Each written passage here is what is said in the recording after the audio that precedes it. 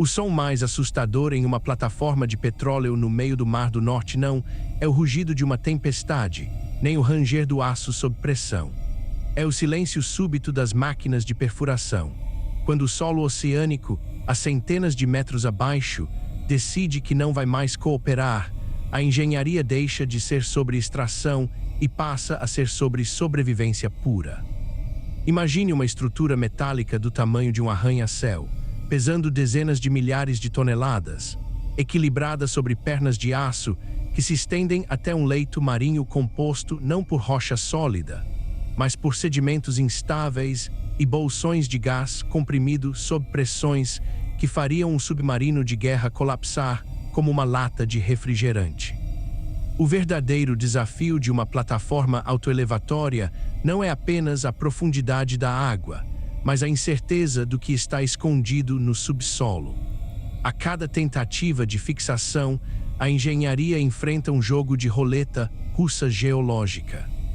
Um erro de cálculo na densidade do solo, uma falha na vedação de um poço ou uma corrente marítima não mapeada podem transformar uma maravilha da tecnologia em uma armadilha mortal em questão de minutos. O que acontece quando o peso colossal de uma estrutura dessas encontra uma camada de solo que, na verdade, é apenas lama saturada de água? O resultado não é apenas um acidente financeiro, é uma catástrofe física que desafia as leis da estática. Para entender a magnitude do risco, precisamos olhar para o que chamamos de efeito de puncionamento. É quando uma das pernas da plataforma, ao tentar se ancorar, atravessa o fundo do mar como uma agulha em papel manteiga, desestabilizando toda a estrutura. O aço, projetado para suportar cargas verticais imensas, torna-se subitamente inútil quando o apoio cede de um lado só. A inclinação resultante cria forças de torção que o metal não foi desenhado para absorver. É aqui que entra a engenharia de precisão, como você estabiliza algo que precisa ser móvel, mas que deve se comportar como uma rocha quando em operação. A resposta começa com a física dos sapatas. Em vez de simplesmente perfurar o fundo, as plataformas modernas utilizam sapatas gigantescas, que funcionam como sapatos de neve, distribuindo o peso colossal por uma área muito maior. Mas essa solução traz consigo um novo problema: a erosão. A força das correntes marítimas ao redor dessas sapatas pode remover o sedimento, criando cavidades invisíveis que deixam a plataforma oscilando sobre o nada. É um ciclo de vigilância constante, onde a tecnologia de sensores de fibra óptica precisa detectar variações de milímetros antes que elas se transformem em metros de colapso. Se você estiver achando essa investigação sobre a resistência do aço contra o caos oceânico fascinante, considere se inscrever para acompanhar as próximas análises sobre os limites extremos da engenharia moderna. A pressão que essas estruturas enfrentam vai muito além do peso. Existe a fadiga do material. O aço em contato com a água salgada, submetido a ciclos constantes de carga e descarga causados pelas ondas, desenvolve microfissuras. Essas rachaduras são invisíveis a olho nu, mas crescem silenciosamente, alimentadas pela corrosão. É um processo de degradação que a engenharia tenta combater com anodos de sacrifício, blocos de metal que se corroem no lugar da estrutura principal. É uma batalha química onde o tempo está sempre ganhando, e a única forma de vencê-lo é através da substituição proativa de componentes antes que a integridade estrutural seja comprometida. Mas o perigo real não está apenas no que vemos. Existe o fenômeno do gás raso. Durante a perfuração, se a broca atingir uma bolsa de gás a poucos metros abaixo do leito marinho, o resultado é uma explosão de bolhas que reduz drasticamente a densidade da água ao redor da plataforma. De repente, a estrutura, que deveria estar flutuando ou ancorada, perde sua capacidade de sustentação. A plataforma perde a flutuabilidade e começa a afundar. O que era uma base firme torna-se um elevador descontrolado para o abismo. O treinamento das equipes de segurança nessas plataformas é focado em segundos.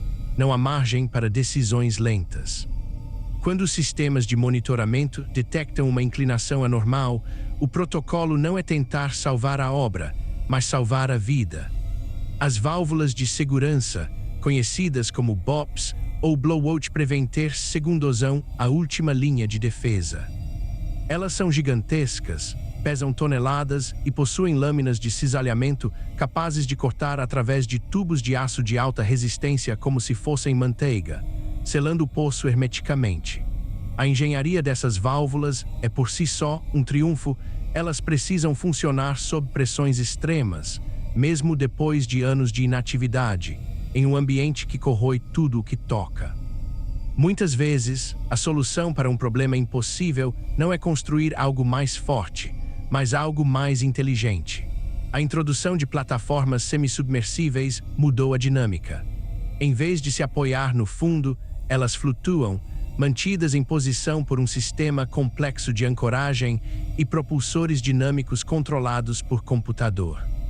O computador ajusta constantemente a posição da plataforma, compensando o vento, as ondas e as correntes em tempo real.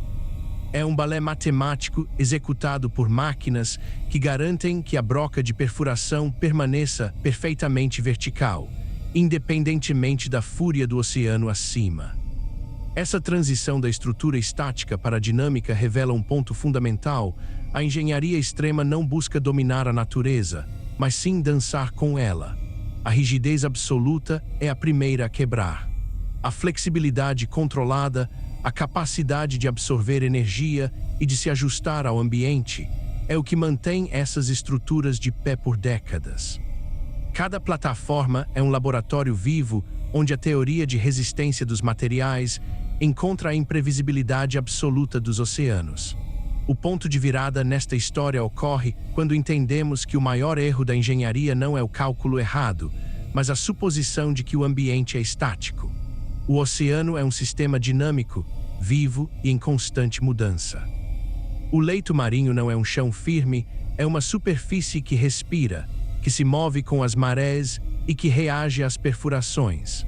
Quando os engenheiros passaram a tratar o fundo do mar não como uma base, mas como parte do sistema de forças, o design das plataformas mudou drasticamente. Eles pararam de lutar contra o movimento e começaram a projetar estruturas que aceitam o movimento como uma variável de entrada, não como um erro de sistema.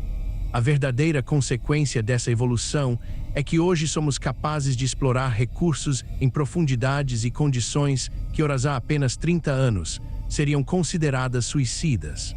Mas isso tem um custo oculto. À medida que nos aventuramos mais longe e mais fundo, a complexidade dos sistemas de segurança aumenta exponencialmente. Um sistema mais complexo é, por definição, mais difícil de manter e mais propenso a falhas imprevistas. A engenharia extrema acaba de se tornar uma corrida armamentista contra a própria complexidade que criamos. Ao olharmos para essas estruturas, não vemos apenas aço e concreto. Vemos o resultado de uma tensão constante entre a ambição humana de extrair recursos e a necessidade física de respeitar as leis da natureza. Essas máquinas monumentais são monumentos à nossa capacidade de resolver problemas, mas também lembretes de que a engenharia é, no seu núcleo, uma disciplina de gestão de riscos. Cada plataforma é um exercício de humildade disfarçado de arrogância tecnológica. O silêncio que mencionei no início, aquele que ocorre quando as máquinas param de repente, é o lembrete final de que, no meio do oceano, a engenharia não é uma ciência de certezas. É uma ciência de probabilidades. E a cada dia, engenheiros ao redor do mundo estão trabalhando para garantir que, quando o fundo do mar decidir se mover, a estrutura acima esteja preparada para se mover com ele. A segurança não é o estado de ausência de perigo, mas o estado de prontidão total para quando o perigo, inevitavelmente, se manifestar.